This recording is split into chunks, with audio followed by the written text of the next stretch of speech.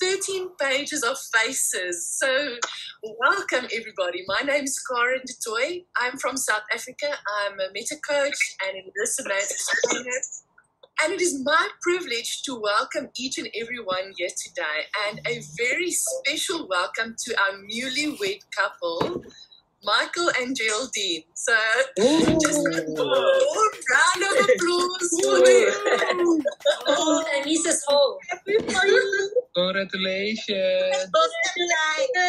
When did that happen? So, congratulations. Most the very first of its time. This is the first of its kind of sessions, and as we have a number of talkative people in the room, I'm going to ask you to please mute your microphones for now. And just to keep the noise levels down, but we're very excited to see each and everyone here in the room today. So some of you might be part of the community for a very long time. Some of you might be brand new, but we're all here united as a community and very, very excited, I'm sure, as I am, to be listening to Michael today. And Michael, thank you so much for making the time and to spending time with us today. Yeah, in our living rooms, in our studies, wherever you may find yourself today, I'm sure you are equally excited to listen to Michael today. So I just want to give us a time frame. I'm going to take 5 minutes just to run you through the Zoom etiquette for today. I'm then going to be introducing you to David Murphy, who's our President Director of the Institute of Neuro-Semantics, the International Society of Neuro-Semantics. Where have my mind gone? The International Society of Neuro-Semantics. I'm going to be introducing you to David. He's just going to give us an update. Then he is going to have an interactive session with Michael for 60 minutes. And please get your best questions ready. Make them succinct, make them clear, make them to the point. And then we're going to get Michael to answer those. We'll have time for about 10 to 15 questions. After that, I will be closing up and wrapping up for us. And stay to the end because we will be doing a group photo. We're going to be taking screen after screen after screen of photos. So if you want your photo, be sure to have your biggest smile and your video on at that point. Okay, then with no further ado, the Zoom etiquette for today. As I've requested, please keep your microphone on mute. We are going to be requesting you to put your questions in the chat box. Marihani and Sheila will be working through those questions, picking the 10 top juiciest questions for Michael to answer today. And then we will ask you to either unmute or we will be answering the question from the chat box. So we would like to have the videos on. It's lovely to connect with faces on the other side. However, if you're going to be moving around a lot or there's going to be a lot of background movement, for that moment, please just switch your video off then. As I said, 10 questions, so make them juicy. And then if at all you get kicked out of the session or you need any technical support, please contact your representative of your community directly. They will be letting you in throughout the session. Okay. And then regarding a video recording, we're asking you not to record on your own. We are making a recording of the session today. So you're welcome to ask for it afterwards. We will be putting it on a platform where it will be available. So let's have one recording for everybody. Cool. And now then, it is my honor to introduce to you David Murphy.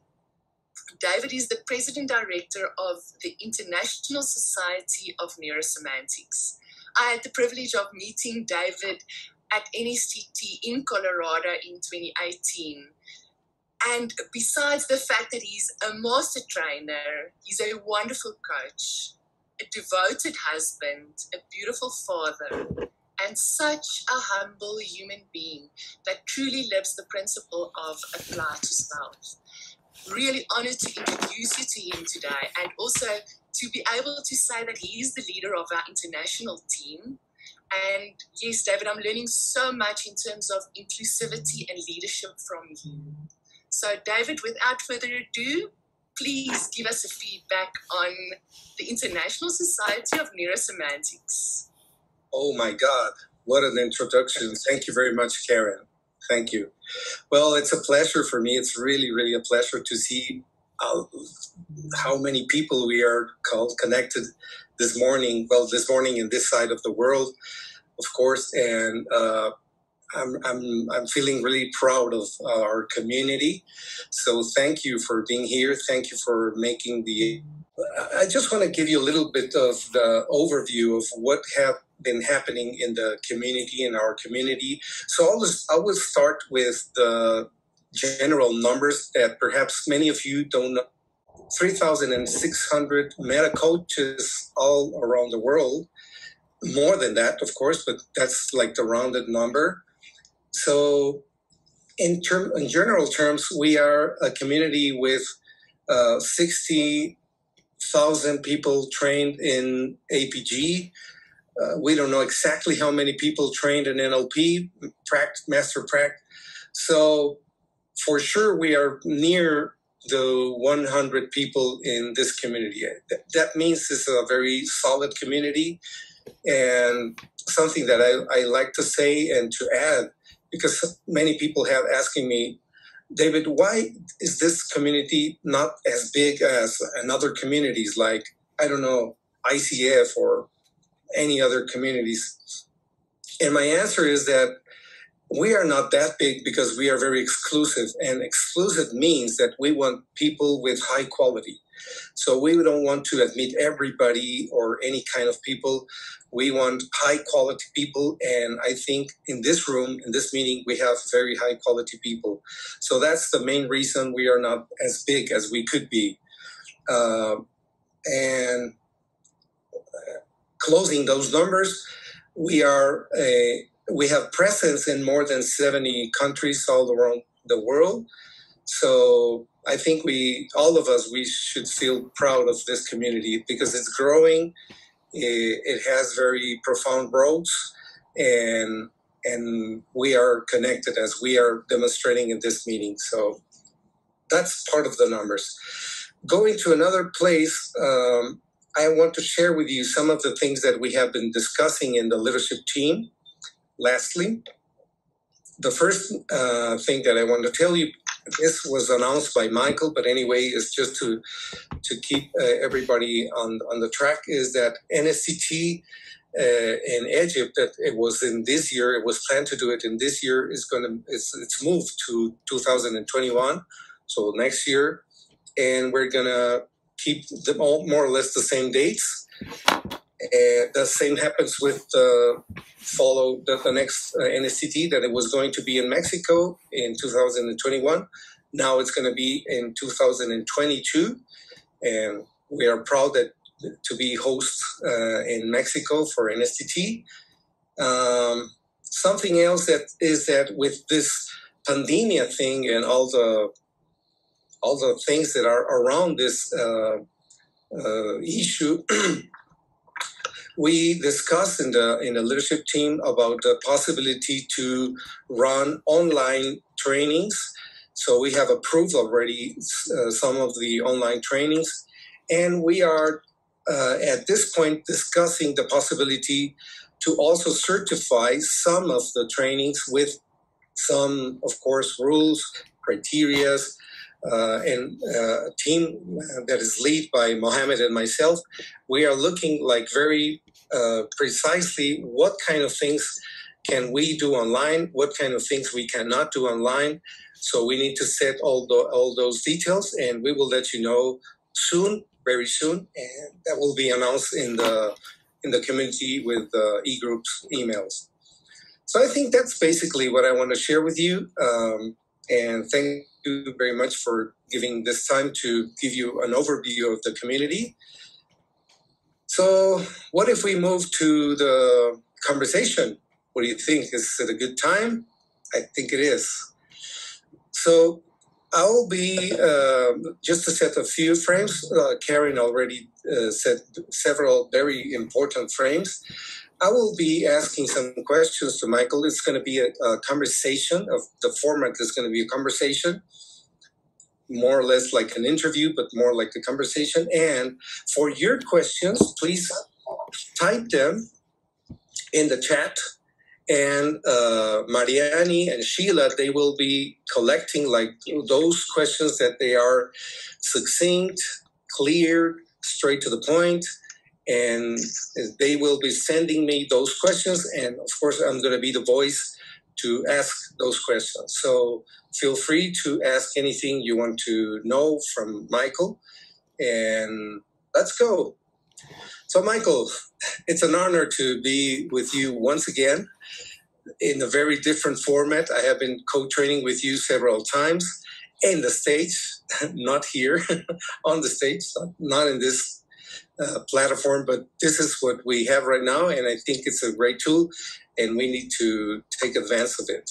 So Michael, the topic of this webinar is the neurosemantics approach to emotions and facilitating emotional intelligence and mastery. So I think the basic question is, what are emotions? How do we define, or how does NLP and neurosemantics define emotions? Okay. Well, thank you, David. Thank you, everybody that's part of the Zoom experience. And we do start off with the big announcement that Geraldine has, that 2 weeks ago we got married, and we got married here in Colorado in the Rocky Mountains. And here at home, we had a minister come in and do the ceremony.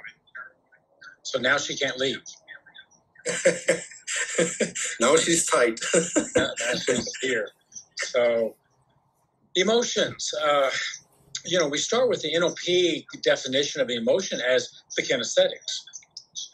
Actually, NLP gives us 3 definitions, 3 representational systems that comprise what we call emotions, and that's kinesthetics, olfactory, and gustatory. These are driven by the 2 mental representational systems, visual and auditory. So kinesthetics is your soma, your body, your body's response to the images and sounds that you see and hear. So that's where it all starts. And technically, we would call that a feeling. Now, these words are used interchangeably, feelings and emotions. So the technical term is not real clean and discrete, but that's the source, that's the heart of an emotion, the kinesthetic. So if you got a true emotion, you'll have a kinesthetic. This distinguishes then from pseudo emotions. I feel dumb. I feel low self-esteem. I feel judged, are not emotions because there's no kinesthetics. Okay. It's just judgment. Okay. And so this is where if you're not clear about what an emotion is and its component pieces, especially kinesthetics, you'll call things emotions that are not emotions at all. So Michael, when we talk about the representational systems, we know that we have visual, auditory, kinesthetics. So what you're saying is that kinesthetics, it is a representational system, but at the same time is the expressions of our emotions? Right. Or is it both things? Well, visual and auditory occurs in the brain. There's visual centers, 8 visual centers in the brain, and auditory cortex. But when it comes to kinesthetics, the sensation, we represent that in the soma. Okay. Mostly the breathing, the lungs, the stomach. And okay. That's where most of our emotions, our kinesthetics occur. Although smell and taste would be the other parts of some emotions. Disgust. or sweetness. Okay. So it calls my attention because I think it is a matter of having like a precise definition of the differences between an emotion and just the kinesthetics, because I'm thinking loud. Let's say that I am not feeling at the moment because that's my body right now feeling something through my nervous system. Let's say I'm feeling hot. But when I am remembering a moment when I was feeling hot, my body was feeling hot, that's just a kinesthetics representation, but it's not an emotion. Or how does it fit there? Okay. So the NLP definition of an emotion is the combination of visual, auditory, and kinesthetic. Okay. So we say mind and body. Okay. Got it. Very important. Very important. Michael, and when we talk about positive, negative emotions, why do we do that? What do we mean with that? Okay. So the emotion system, and there's 12 basic emotions. They're primary emotions. And they all have body correlates. You can point in your body to where you feel those primary emotions. They are the go-stop system of motivation. So positive emotions go, negative emotions, whoa, stop. Something is not right. And so the example I always use is the car, the pedal and the brakes. You have the go system that'll propel you forward. So love, joy, relaxation, calmness, all of these are go emotions. And then every negative emotion is the brakes on. Anger, fear, sadness, stress, upsetness. It's breaking the system because something in the system is not right. Okay. So we could say that positive or negative are just ways to call them, because what I'm listening is that it is more like emotions that pulls us or push us to do something, to go, as you said, and there are emotions that prevents us, like they stop us to check whatever is occurring. This actually fits the neurology of the body. In the body, there are excitatory nerve impulses, and there are inhibitory nerve impulses. Go, stop. Okay. So in excitatory, inhibitory, it's the off-on system, and that's what emotions are for, which is why we need all the negative emotions, which is why we need all the positive emotions. Positive and negative are just descriptions of go, stop. Okay. So, Michael, when or how does emotions can go wrong if that happens? Okay. What could be like a misunderstanding or anything that you want to say about that? So if an emotion is visual, auditory, kinesthetic, then the way I'm cognitively processing information, my map, it's going to either make a map that's accurate to the world or a map that's inaccurate and is wrong. So every cognitive distortion, every cognitive fallacy, every cognitive bias sets me up for a wrong map, and it won't work. So in Neuro-Semantics, we have the scale. We say map and territory. And the map is what you're doing with all your representational systems. The territory is your experience in the world. The map is not the territory. If the map maps the territory accurately in your experience, there's no emotion. But if the map is violated and the territory is not fitting, now we have the negative emotions. And the negative emotions, which the scale tips, says that something's wrong with the map, or something is wrong with my skills in the world. And so the map territory distinction that gives us a new definition. An emotion is the difference between what I'm expecting and what I experience. Okay. So just to be more precise, because what I'm listening is when the map does not correspond to the territory is when we have emotion, not only negative emotions, but also positive. Right. Because I could be thinking something that is not occurring in the reality, and I could feel very happy with that thought. So, what is exactly the difference when they go wrong? Because in both cases, the map is not corresponding with the territory. Yeah. So as Korzybski said, when he said the map is not the territory, a map is only as good as it corresponds to the reality. We would say, using NLP language, a map is only good when it's ecological to the reality. Okay. It enables us to go places. It enables us to do things. We can succeed with it. So the effectiveness of life, are you effective or not? Are you productive or not? Is the key, is a clue that the map is actually corresponding. Okay, so it doesn't really matter how different is my map from the territory if it's giving me a good service, if it's serving me well. So that's the criteria. When it doesn't serve me, when it stops me, when it prevents me, when all those things that are not ecological, then is when our emotions are going wrong. Is that right? Right. Great. Thank you, Michael.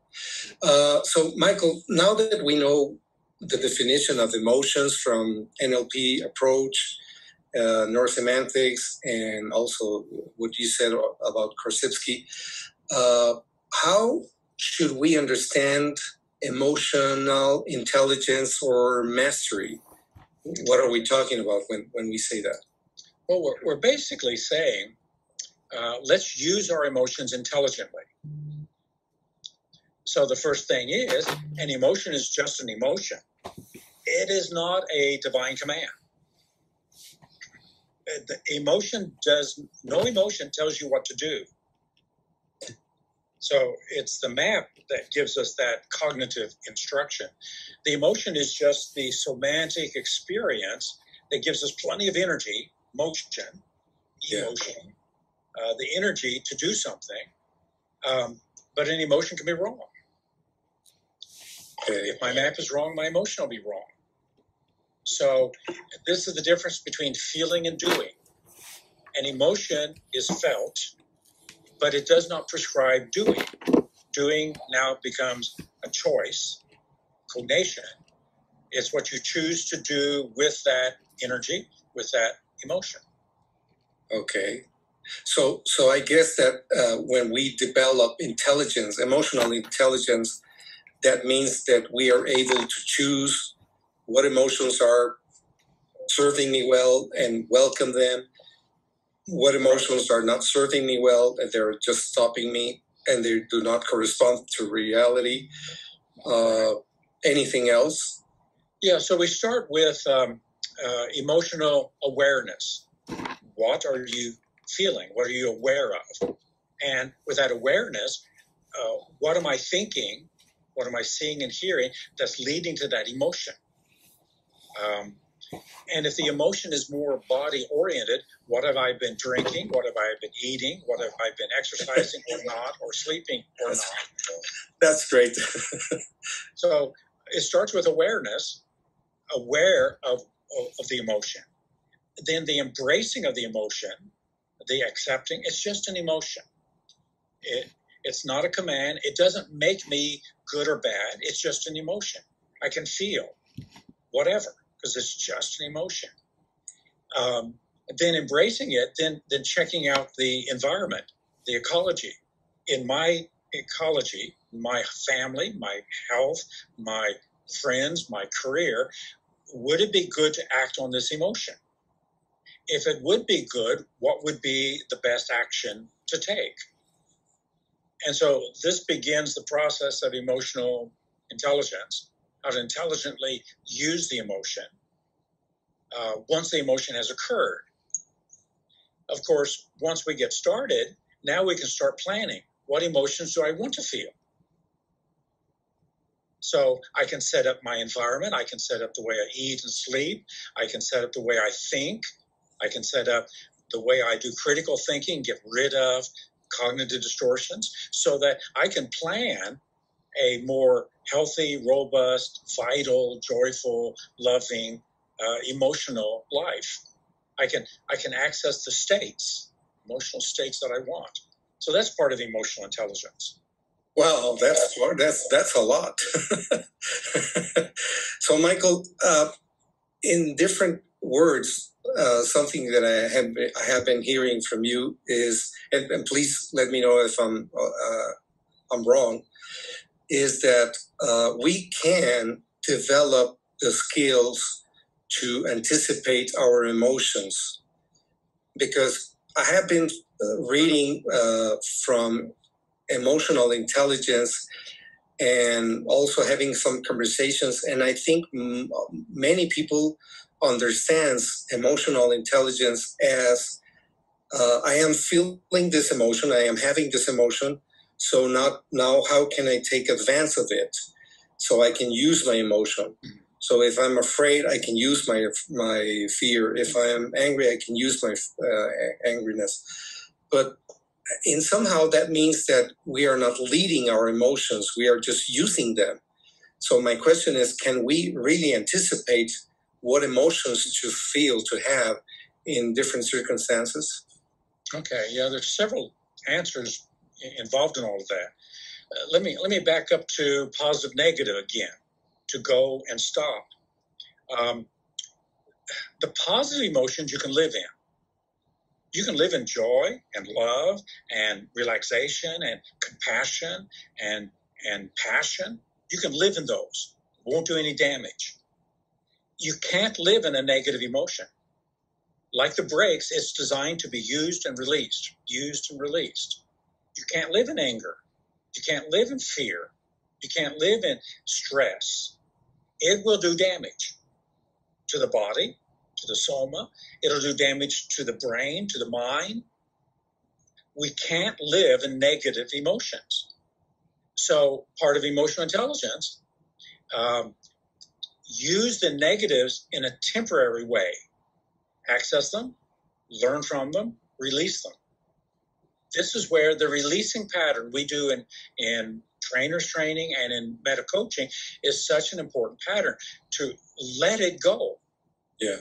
And so many people don't know how to let it go. And they're going to suffer hypertension. They're going to suffer all kinds of ulcers and headaches and backaches and just all kinds of psychosomatic illnesses if they don't let the negative go. So emotional intelligence, let the negative go and give yourself to the positive. Well, now we come back to, what do you believe about the positive? What frames do you have? What did mom and dad say about positive emotions? Are they permitted? Yeah, great. Yeah, going back to my question, Michael, because I think that many people believe that emotions are like, they have like their own life, as if, they just come, they just appear. And I think it's very important for us to understand that we create emotions. Yeah. They don't come by themselves. So if we create our emotions and we create, let's say, negative emotions frequently, we can, how can I say this, like de-learn that strategy and relearn a new strategy to create positive emotions, even though when we have difficulties or situations that are hard. What do you think about that, Michael? Yeah, exactly. So to pick up the metaphor of a car with an accelerator and brakes, when you go for a trip, normally you're not going to use your brakes a lot. You use your brakes to move around a few corners, get on the road, and then go. But if a deer comes in the road, you use your brakes. So the traveling down the road of life with your vehicle, your mind-body vehicle, and things happen. So if your emotions are quick, sharp, ready to go, you can use your fear, brake for the deer, whatever jumps in front of you that you didn't expect, and then let it go. If deers keep jumping in front of your car, or you keep crashing into them, you probably need to select a different road. Exactly. Just, that's a road where you got danger. So do some planning and mapping out so that you don't keep having that experience. Great. And so it's true what you said, that sometimes things just happen. Yeah. And to be more, I've learned what new direction should I set? What people should I stay away from? Exactly.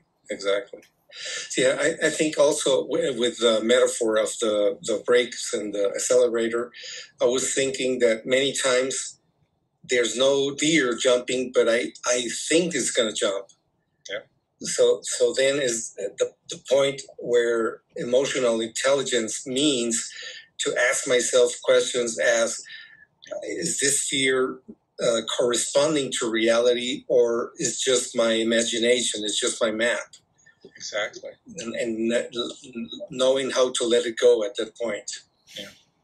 So here's the thing about our mapping. We can start doing, because the brain does anticipate the future. That's what the brain is designed to do, to plan, to survive what could happen. And the brain can get into a habit of anticipating fear, anticipating trouble, anticipating problems. And this is why we humans, unlike any animal, we can worry ourselves to death. And the pandemic that's occurring now, this is what the media is feeding. The media is feeding a fear pandemic.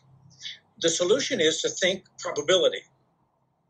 What is the probability of a deer jumping out?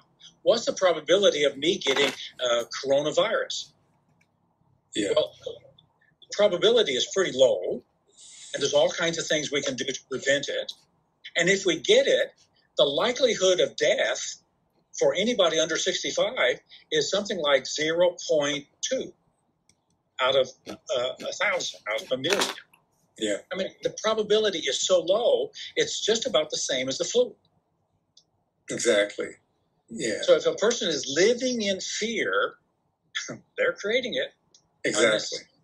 Exactly. So that was going to be my next question, but let's profound a little bit more around that, Michael. Why is it important at this point in the world, under the situation we are living, the quarantine, the pandemic, etc.? Why is this important? Talking about, not only talking, but learning how to develop emotional intelligence or mastery. Well, as you've described, here's a situation that has arisen. We didn't expect it, didn't anticipate it, and governments probably made a wrong decision in shutting down economies instead of quarantining the people at risk. But it happened, and the media, which feeds on fear, feeds on bad news, the media is 24/7, going over it again and again, publishing every death. Yeah. If they did that with the flu, every winter time in every country, when the flu came, we would all be wearing masks and staying apart from each other. Yeah, and if panic. They published every death, or if they published every death of every car accident, because there's hundreds of thousands of people who die every year from car accidents. Exactly. So we are being inundated and mentally fed a lot of fearful things. Yeah. Yeah. So they're feeding our maps, and that anticipation that we naturally have in our map. So the problem is with all that information that is, it is biased information. We are creating and recreating a movie that I'm going to die. I don't know when, but perhaps tomorrow or the next week or something like that. Yeah. I know that because I have been talking with so many people. So one of the things that I have been recommending people, like in the very basic approach, is to be selective of what news do you really want to receive and to see. But that's more like in the context. What will be your recommendation from the neurosemantics point of view to deal with all this information and what is occurring? Yeah. Well, the big answer is learn to do critical thinking. Learn to question things. What is the source? And I listen to the news here. 90% of the news presented is not what has happened, but what they think might happen. This week, right now, the news is all about, do we open up schools in September? Yeah. Well, let's see. This is July, August. They're talking 3 months away. Yeah. And they're also predicting this is what's going to happen in 3 months. Well, that's not news.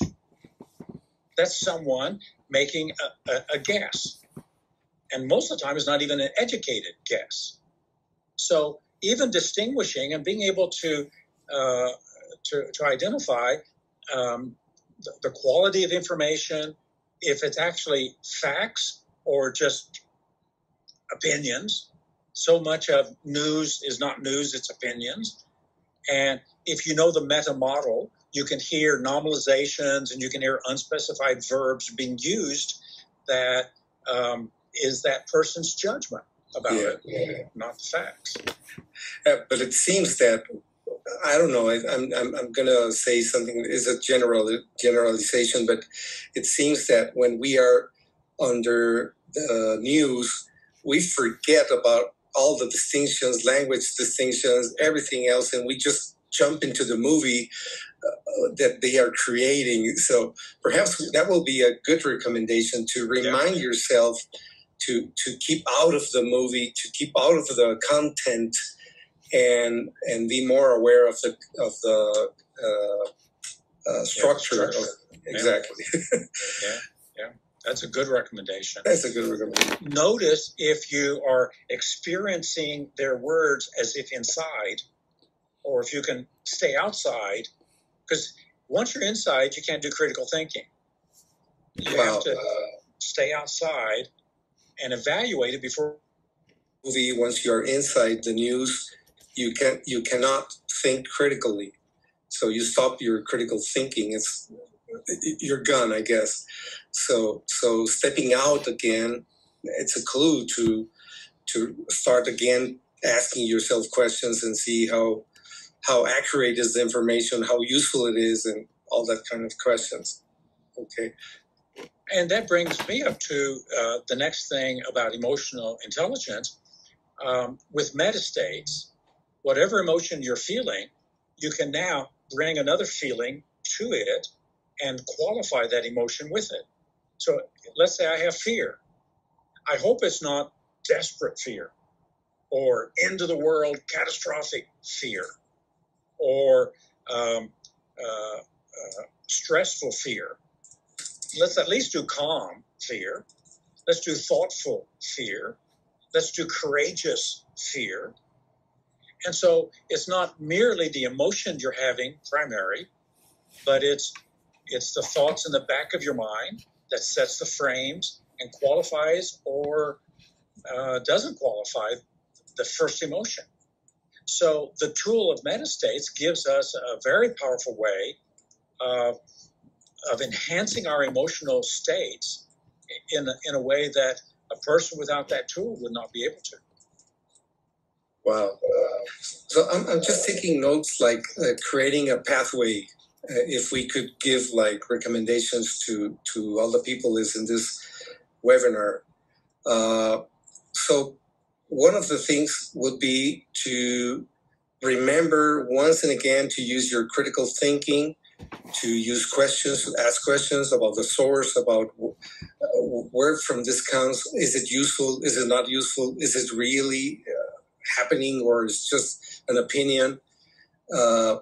I don't know if that's the sequence, but the second point that I have is checking if you are getting involved to the news, to the movie. If you are, then stepping out. Then the third thing is thinking how your emotions correspond or not to the reality. And the third thing is, once you have an emotion, a negative emotions, so then you can texturize it, you can metastate it with different kind of states to make it more useful. Is that okay, Michael, or am I missing something? Anything else that could be like the pathway to start developing the emotional intelligence and mastery? So let's bring in another NLP concept, and that is of anchoring. So you're in a state, a mental and emotional state, and we can anchor it, and we can anchor it so unconsciously. It could be what we see. It could be a word that we use. It could be a tone or a sound. We can anchor it, and then we can re-anchor it, re-trigger it, not even realizing what we're doing. I would guess some people do that with watching the news. As soon as they turn the news on, they go into a particular state. Yeah, I can bet. So being aware of how of the anchors in your environment and what they trigger in you, and then having state interrupts. So if a person can't interrupt the state, we were talking just a moment ago, stepping out. Do you know how to interrupt it and step out? One of the things NLP gives us are lots of questions. When you're in that state, are your pictures in color? Well, the only way to answer that question, you got to step out and notice. Where is the sound coming from? Is it into your ears or surround the sound? So this helps us to do state interrupts and having lots of ways of interrupting. Negative states are almost all fear, anger, stress, sadness. Almost always people stop breathing. So a great way to interrupt the state is to do intentional deep breathing. Do 5 or 10 really deep breaths, and you will change your state. So, some basic NLP things gives us some real powerful tools for intelligently using our emotions. Yeah, when you were talking about the anchors, I got aware that I was anchoring myself in a bad state because I was working in a small place, in a small room that I put like all my things there to record videos and then to edit videos in the computer and then to have conversations like this one by Zoom in the same place. Everything I was doing in the same place. It is a very dark place because I needed dark for the videos. And I was feeling like very stressed and tired. And I said, okay, I think it's the place where I'm working. I need to interrupt this. Yeah. So then I moved to this place, my computer at least. So now I work here in the computer and editing the videos and having Zoom conversations and everything else in the computer, and then only recording in that small room. And it's a huge difference. I'm in a very different state. So I think very small things like that one are very important also. So just reminding and giving an example of a living example in myself. So Michael, any other thing that we could add in this pathway to develop emotional intelligence? Because emotions are energy, physical energy in the body that is run by metabolism, the less effective your metabolism, which is a function of eating, sleeping, exercising, etc., there's going to be intensity. So one of the things we do constantly in NLP and Neuro-Semantic is how much? How much fear? How much anger? How much stress? How much joy? And what would be an appropriate amount? So turning it up and turning it down. So it may not be that fear is the wrong emotion to have at a certain time is like, but you don't need that much. Let's bring it down. What would be an appropriate amount of fear that would keep me alert, cautious, ready to respond, but not overwhelmed in fear? So the intensity of the emotion is another facet. And this is one of the interesting things that we've all discovered. You ask someone, turn it up, turn it down, and they do. Yeah. Amazing. Great. So I have the list, like the bullet points, using your critical thinking. That means asking questions, good questions, of course, because we could ask like very dumb questions. Questions about where is the source? Is it really, is it useful? Is it not useful? How can I use this information, etc.? Then checking if you're inside of the movie and you're getting involved, so living the story. If you are, then to step out. Then the next one is to ask yourself your emotion when we're talking about negative emotions. How are they corresponding with the reality? Are they part of the context, the real thing, or are just things that I have been creating with my mind? Then the next thing is to metastate our negative emotions in order to make them more useful, more appropriate. Then the next one is anchoring. So anchoring like the right states and also interrupting or collapsing some negative anchors or emotions that they are anchor. Breathing, that's one of the clues, the key parts of interrupting emotions, to start breathing, being aware if you're breathing like very tightly or if you're smoothly breathing. And the last one is gauging, like what's the intensity of the emotion and how useful can it be? What will be the appropriate gauge or intensity of your emotions? Anything that I'm missing, Michael? No, that's really a lot. That's a good summary. A good summary. Okay. Anything to have on consideration in terms of caveats or to take care in this process of developing emotional intelligence? Well, I think the key thing is remembering emotions makes us alive. We need our emotions, both positive and negative. It enables us to make this journey of life with our accelerator and our brakes. Emotions makes us alive. Living in the negative emotions is the dragon state. Yeah. That is turning our emotions against ourselves. And this is one of the key things in metastates and APG. When you have an emotional state and you bring another emotional state against it, so you can have a positive emotional state and then be afraid of it, or be angry at it, or upset about it. Now, that second level of energy has nowhere to go except against yourself. And so that's a caveat. Use the negatives for the world. Never use it for yourself. Wow. Okay.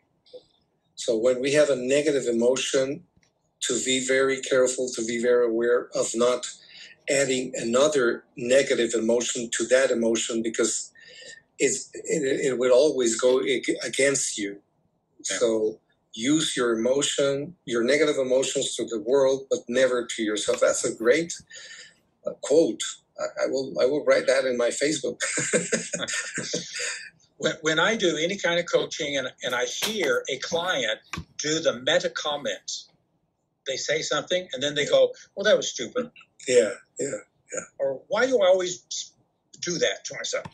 Whenever I hear those meta comments, I call it, do you hear what you're doing to yourself? Yeah.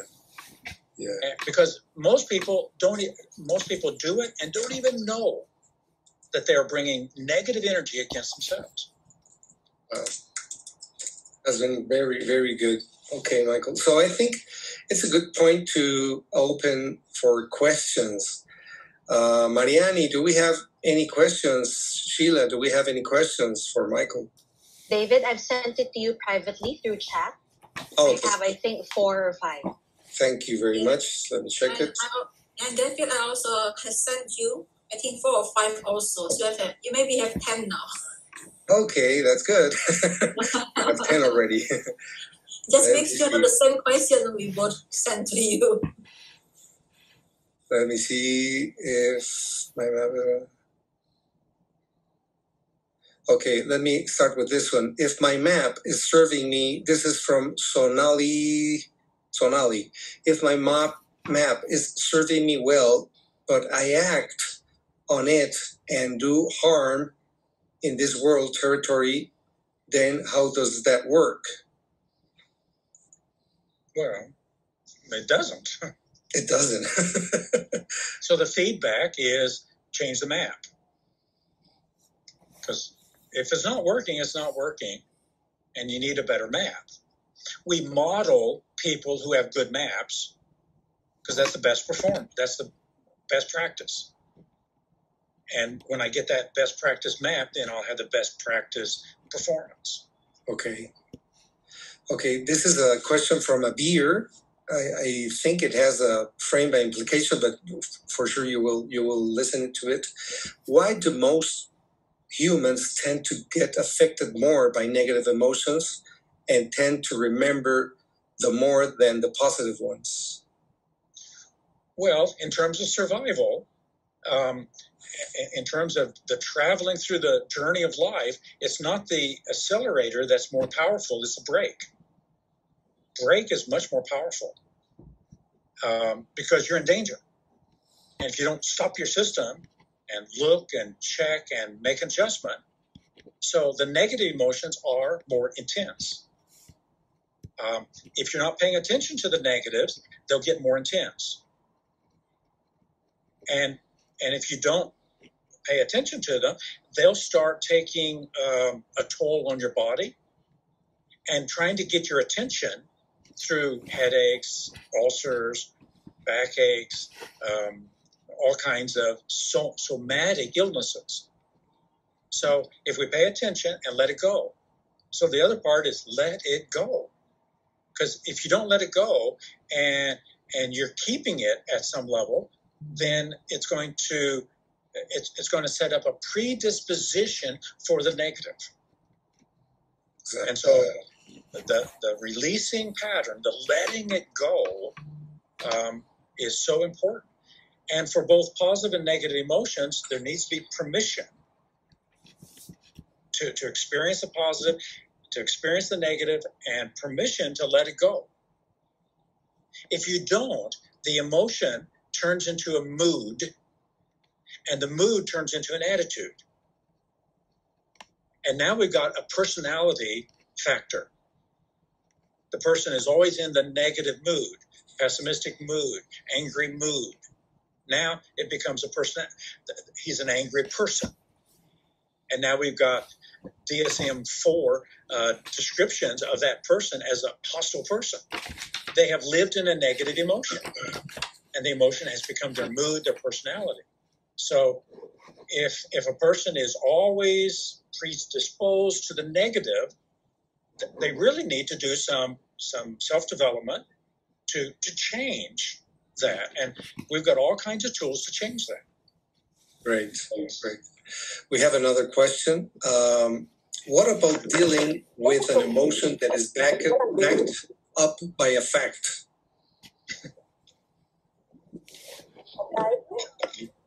Like, let me keep reading. It says, now it's a fact that we can't travel, for example, and this is causing many families to be separated. How can people deal with these fluctuating emotions to keep able to perform on daily tasks and responsibility while they are feeling down? Okay. Well, actually, that's a pretty easy one. And this goes to the magic of acceptance. Okay, the magic of acceptance. You know, if the government won't let you travel, you can't travel. I can't travel. Yeah. We're stuck here at home. I'm stuck here at home with her. We can't travel. So I accept it. The constraints of life. Think about, this is where the study of resilience, and every neurosemantic trainer who's training resilience is so important. Resilience is when life knocks you down, and let's say there's some constraints. There's been a bankruptcy. There's been a health crisis. There's been something. You're in jail. You're in a concentration camp. There's nothing that prevents you from having a good life and healthy, positive emotions in a concentration camp.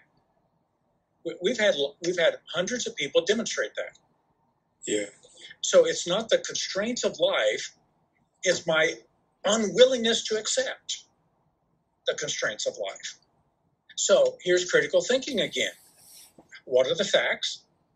How can I deal with the facts most resourcefully?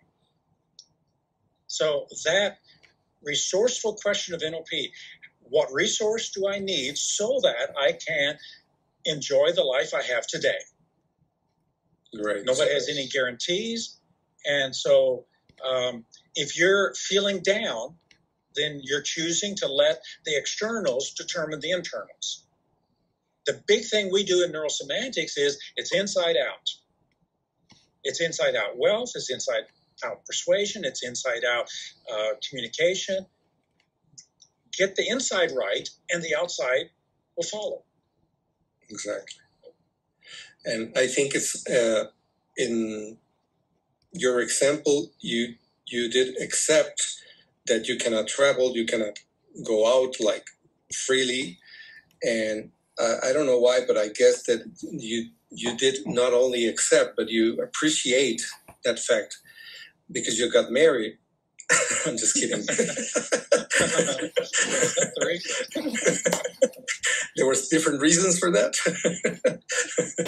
So we have another question. What patterns do we use with a client to make him access the negative emotions, turn that energy towards or positive one? Towards a positive one, yeah. So accessing any emotion is just asking, given this fact or given this understanding, what are you feeling? Where are you feeling it in your body? What do you call that? So a lot of people don't make distinctions that they need to make. Take the scale of anger. So somewhere in there's anger. Above that would be rage. Above that would be now turning it into violence. Below that, what's below anger? Frustration. What's below frustration? Disappointment. What's below disappointment? Well, being peeved. What's below that? Well, being upset. So what I used to do with the men from the federal penitentiary is to say, I want you to turn your anger down to frustration. Feel frustration. Now turn it up to anger. Turn it back to frustration. Now down to disappointment. Now down to upset. Turn it, so that's that intensity gauge, so that there's distinctions people are making. And it's not just the category of anger. Yeah. Great. We have one more. It says, is there a correlation between emotional intelligence and response ability? How different are they, if they're different? Well, they are different. Responsibility is a meta state of choosing your response for yourself to whoever or whatever. And so it is a very different, it comes from a different place in the body. Emotions come from the thalamus and the hippocampus and the lower brainstem. Responsibility comes from the frontal lobes, and it's about choice, and it's about understanding boundaries of relationships. Okay. Great. One more. What will be a good strategy to let go a negative emotion? I think you answered that one with releasing pattern, but anything else? So in terms of releasing, shifting state, so the deep breathing, the relaxation, anything cardiovascular will release the energy that's in the body and get it out. Anything cardiovascular. So walking, running, dancing, anything cardiovascular will get it out of the body so that you're releasing it there. Releasing it mentally, I let go my demandingness that I want to travel or whatever the constraint is. Releasing that demandingness. Demandingness is what creates a lot of stress and distress. Okay, so it's not exactly releasing the emotion, but the frame that is creating the emotion. So if you're demanding yourself, if you're complaining with the situation, if you are, I don't know, any of those. Once the emotion is in the body, it will get out of the body over time, and we can speed it up through breathing, through cardiovascular. How not to get it out of the body? Don't eat to distress. Yeah. Don't sit in front of the TV as a couch potato to distress. That's not good. Don't go to bed other than for the 8 hours of sleeping. Don't go to bed and just lay in bed to distress. It's much better to do something. Okay. We have one more question. I think we have time for one more question from Valeria Ramirez.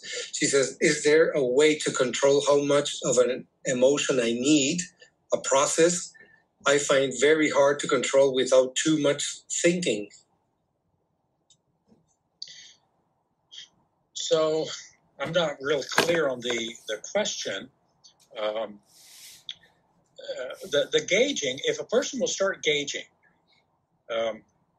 just start every single day, throughout the day, just notice, what am I feeling right now? How much?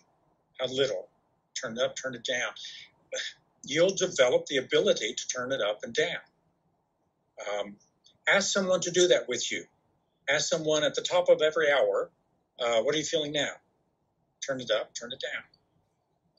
That'll help to get that under your control, because you can't control what you're not aware of.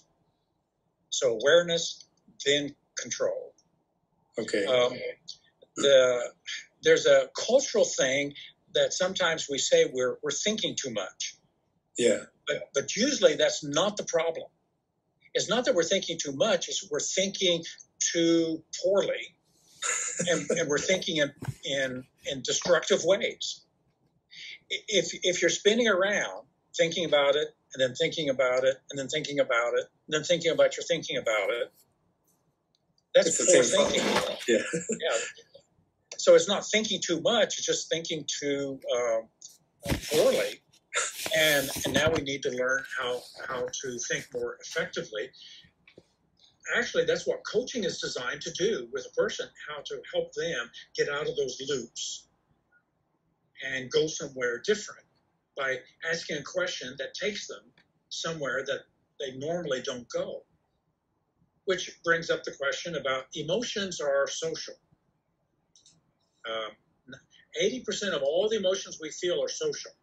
Love or hate or compassion, they're social.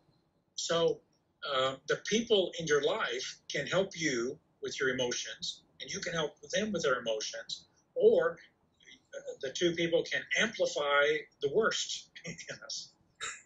And so correcting the relationships that we have is going to be another actually part of emotional intelligence. David, you have gone on to mute. Yeah, I have been speaking like 4 minutes.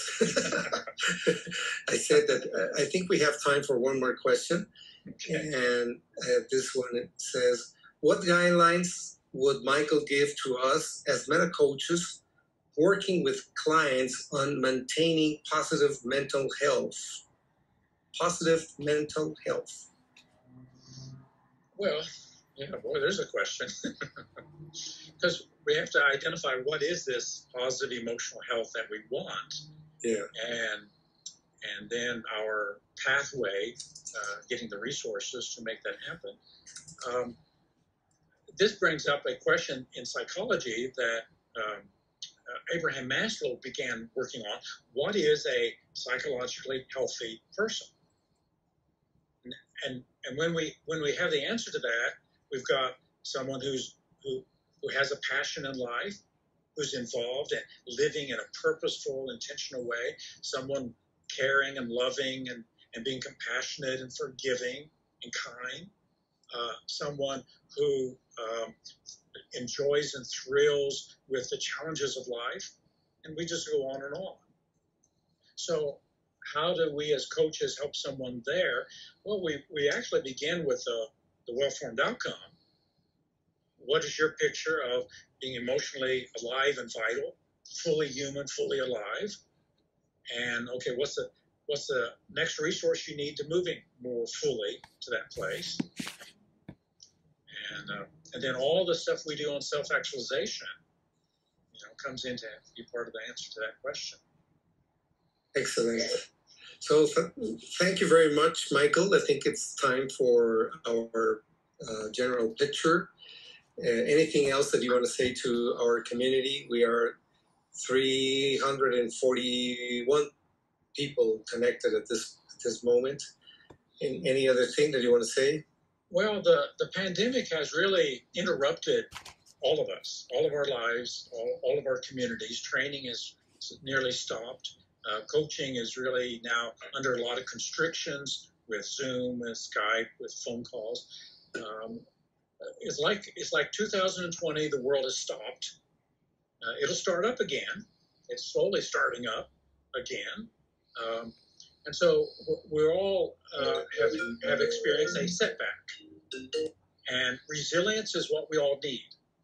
That resilient spirit of believing, of hoping, of having courage. And a community can help us to keep that spirit. And we need that.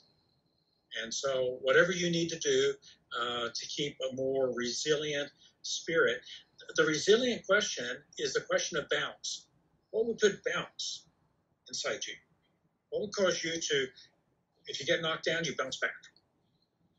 And the more you answer that question and then supply those resources for yourself and for others, the more you'll come through this pandemic well and alive and vital and ready to go. And there's going to be a world who's going to need that resilient message. Thank you, Michael. It has been a delight to have this conversation with you, as always, Michael. Thank you very much. And I send both of you a big hug. And now it's time for Karen to do our closing. Karen, thank you. And it's your time. Thanks, David. And yes, Michael, thank you so much. Always wonderful to sit at your feet. And, I've always wondered how exactly do you get to be so clever? And now I just have to see what's behind you. And then we all know we better start reading. We've got a lot of catching up to do. So, Michael, yes, thank you so much for your time and for really uniting us as a community. I think that is what this was about, and that was also Mariani's dream when she arranged the session. So, Mariani, thank you to you so much for being so courageous and putting in so many hours to arrange this session. You did an excellent job. So thank you very much. Thank you to Tarek for doing the technical portion of us, the technical support. To David for your time with Michael and for having this wonderful training as a conversation. So really great time with all of us together.